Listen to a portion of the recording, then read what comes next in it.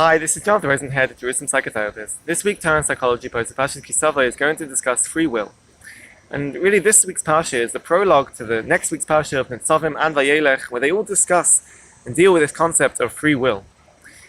And in this week's parsha, we're presented with the image of the two mountains of Har Eval and Har Grizim, where the brachas and the klolos were given or called out to the Bnei Yisrael.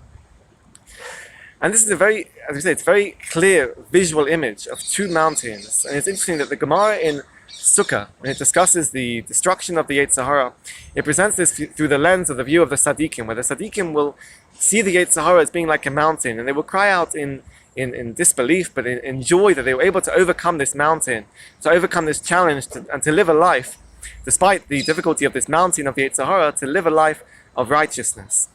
So we see that the Yetzer Hara, through the lens of Tzaddikim at least, is viewed like a mountain. And if we look at free will, really the stumbling block of free will is the Yetzer Hara. That's what gets in the way, and it makes our life a little bit blurry, and it muddles things up a little bit, that we can't see things so clearly. We don't always see our life as being two clear mountains, Har Eval, Har Grizim, bracha and klala, life and death. Things become a bit more blurry and uncertain, and the Yetzer Hara it places this doubt in our mind and in our heart that we're unsure exactly which course to take, which direction to go in. But a basic understanding of Jewish hashkafa is that a person has choice, a person has free will.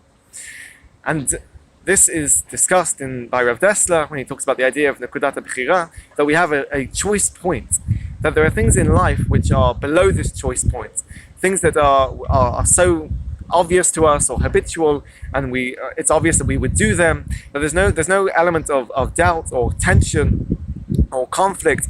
So there's no issue of free will. It's just something which is automatic to us. And then there are things that are above this choice point, which are perhaps beyond us. Maybe they're too difficult or they're not relevant, and these are also, it's not within our choice point. It's above the Nekudat HaBechira, because it's not something which is relevant to us at the moment.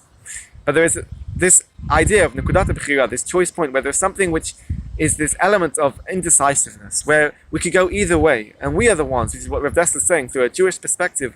The Torah gives us this charge, this responsibility to self-determine, to decide which is the right course to take. That we have a choice between A and B, and we are the ones that decide which way to go, in which direction to take, whether it's this mountain or that mountain. Do we go for the bracha or do we go with the klala? The responsibility is on us to create clarity in our life so that we can see which is the right direction to go. And this is what the Ramban also describes in Parshas Nitzavim about choosing life, that the idea of free will is that we really do have two choices. We can go either way. This is the idea, the understanding is that we as a human being, and the responsibility that Hashem has given to us, is that we are the ones that decide which direction to go. And the causal factor is our own self-determination, that we are the ones that decide, based on our free will, which direction to take in our life. And this is, as we are approaching now the Yom Neroim, this is a basic tenet as well of Teshuvah. It's explained by the Rambam, and Rav Soloveitchik's understanding of the Rambam is that even if there are external factors, even if we were brought up in a certain environment, and we are perhaps inclined into certain ways because of whether it's internal or external factors or even habit, the Rambam is saying that a person can always change their life, because this is the human factor. This is what Hashem has given to us, the ability to choose, and this is our free will. But if we look at the psychological literature, there's a certain amount of debate over free will, whether a person really can choose how to act, whether a person really does have control over their life, over their actions. Because if we look at it, there are two camps basically between determinism and free will, and the determinism camp, which looks at the world, perhaps if you look at it from a behavioristic or psychoanalytical perspective, whether it's Skinner or Watson from the behaviorist factor, everything is stimulus and response, or whether it's a psychoanalytical perspective from Freud, where there are always these internal factors that lead us into a certain way, that have an influence on us, with the subconscious, that we don't necessarily have an ability to control. Through this factor, through this side of through this understanding, which perhaps is an extreme understanding, there are always going to be external or internal factors that will determine our behavior and our actions, and therefore we never actually have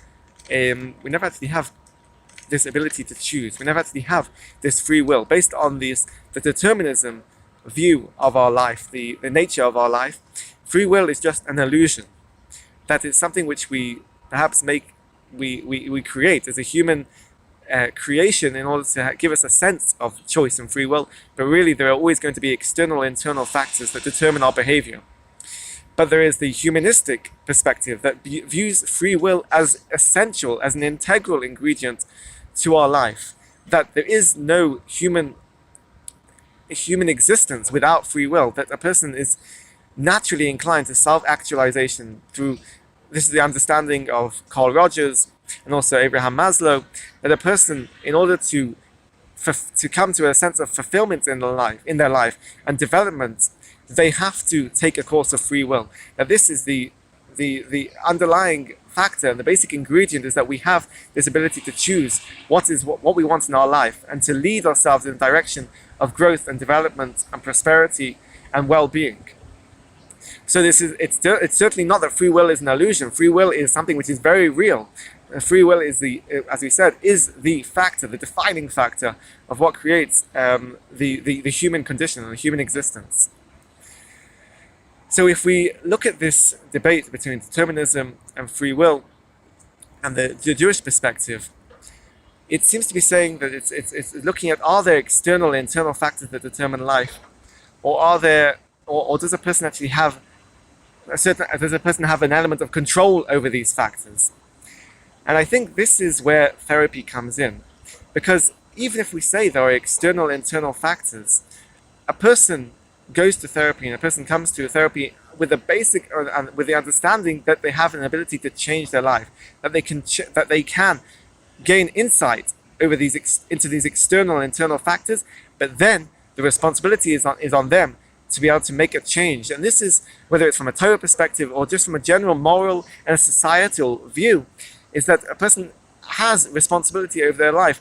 That believing that a person has no free will is basically taking away any responsibility, and that they are saying that they have no control over their behavior, and this is very difficult to accept.